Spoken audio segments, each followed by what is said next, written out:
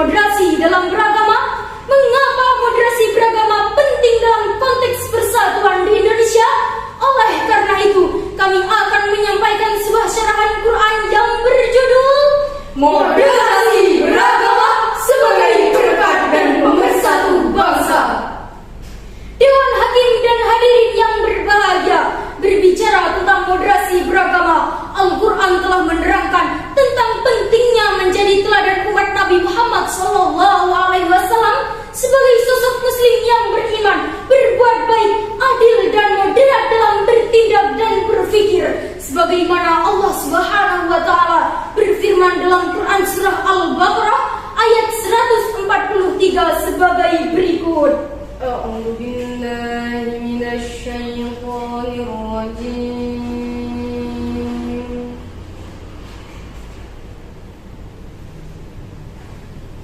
Bismillahirrahmanirrahim.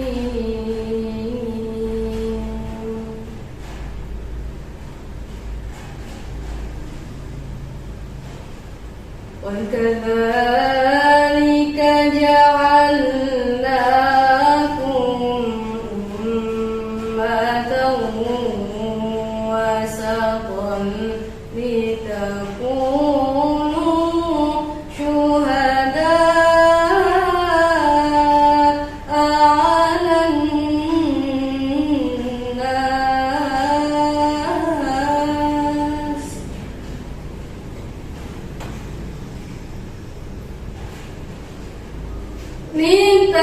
litakunu syuhada'a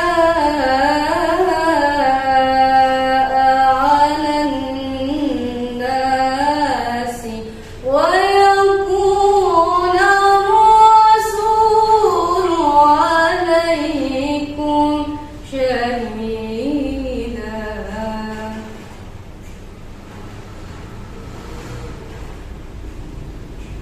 Wa ma جعلنا القبلة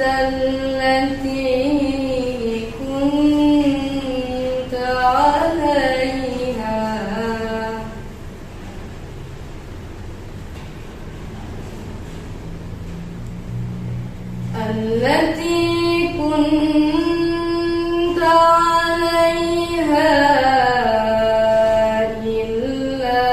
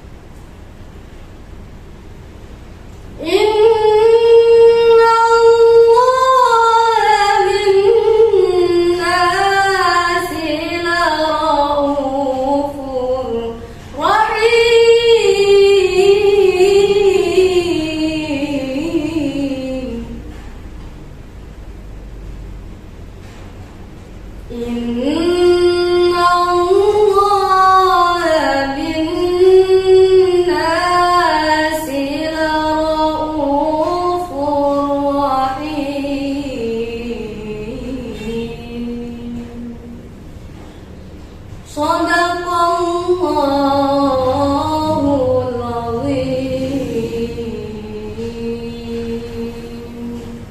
Aku berlindung kepada Allah dari godaan syaitan yang terkutuk dengan menyebut asma Allah yang Maha Pengasih lagi Maha Penyayang.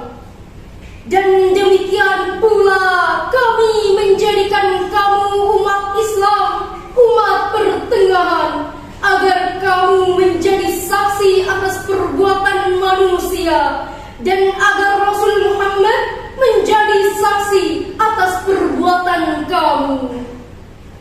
Kami tidak menjadikan kiblat yang dahulu kamu berkiblat kepadanya, melainkan untuk mengetahui siapa yang mengikuti Rasul dan siapa yang berbalik ke belakang.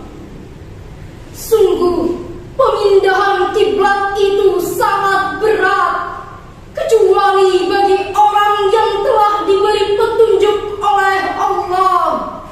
Dan Allah tidak akan menyia-nyiakan imanmu. Sungguh, Allah Maha Pengasih, Maha Penyayang kepada manusia. Maha benar Allah atas segala firman-Nya. Hadirin yang dirahmati Allah, menurut Quraisy ayat 143 surah Al-Baqarah ini telah memberi petunjuk tentang posisi yang ideal atau baik, yaitu posisi tengah. Posisi pertengahan menjadikan manusia tidak memihak ke kiri dan ke kanan, suatu hal di mana dapat mengantar manusia berlaku adil. Posisi pertengahan menjadikan seorang dapat dilihat oleh siapapun dalam penjuru yang berbeda, dan ketika itu ia dapat menjadi teladan bagi semua pihak. Hadirin yang kami banggakan, ide dasar moderasi adalah untuk mencari persamaan dan bukan mempertajam perbedaan. Jika dielaborasi lebih lanjut, setidaknya ada 3 alasan utama mengapa kita perlu moderasi beragama. Yang pertama, salah satu esensi kehadiran agama adalah untuk menjaga martabat manusia sebagai makhluk mulia ciptaan Tuhan, termasuk untuk tidak menghilangkan nyawanya. Itu mengapa setiap agama selalu membawa misi damai dan keselamatan. Untuk mencapai hal itu, agama juga mengajarkan bahwa menjaga nyawa manusia harus menjadi prioritas. Menghilangkan satu nyawa sama artinya dengan menghilangkan seluruh nyawa umat manusia. Tak sedikit manusia yang sering mengeksploitasi ajaran agama untuk memenuhi kepentingan hawa nafsunya dan melegitimasi hasrat politiknya.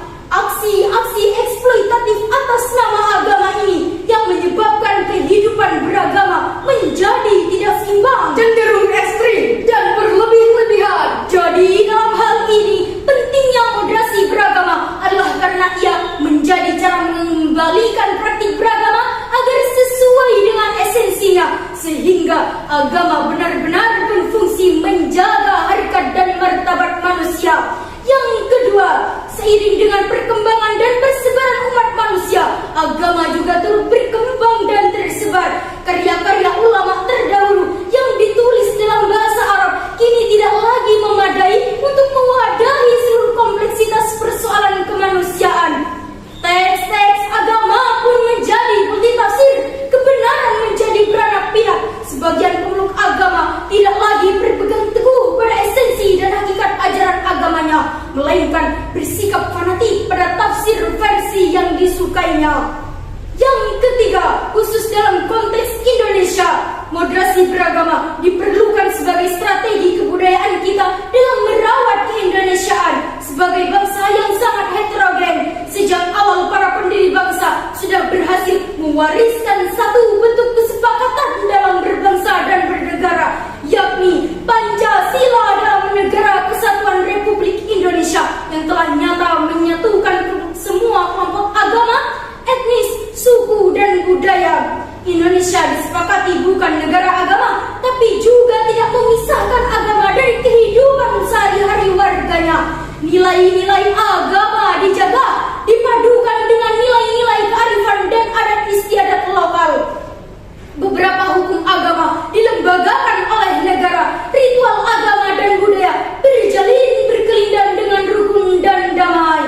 Hadirin, dari syarahan di atas dapat kami tarik kesimpulan yang pertama, perspektif moderasi dalam beragama bukan untuk mempertajam perbedaan, melainkan untuk mengindahkan persamaan. Yang kedua, moderasi beragama diperlukan sebagai strategi untuk merawat keindonesiaan. Demikianlah yang dapat kami sampaikan. Mohon maaf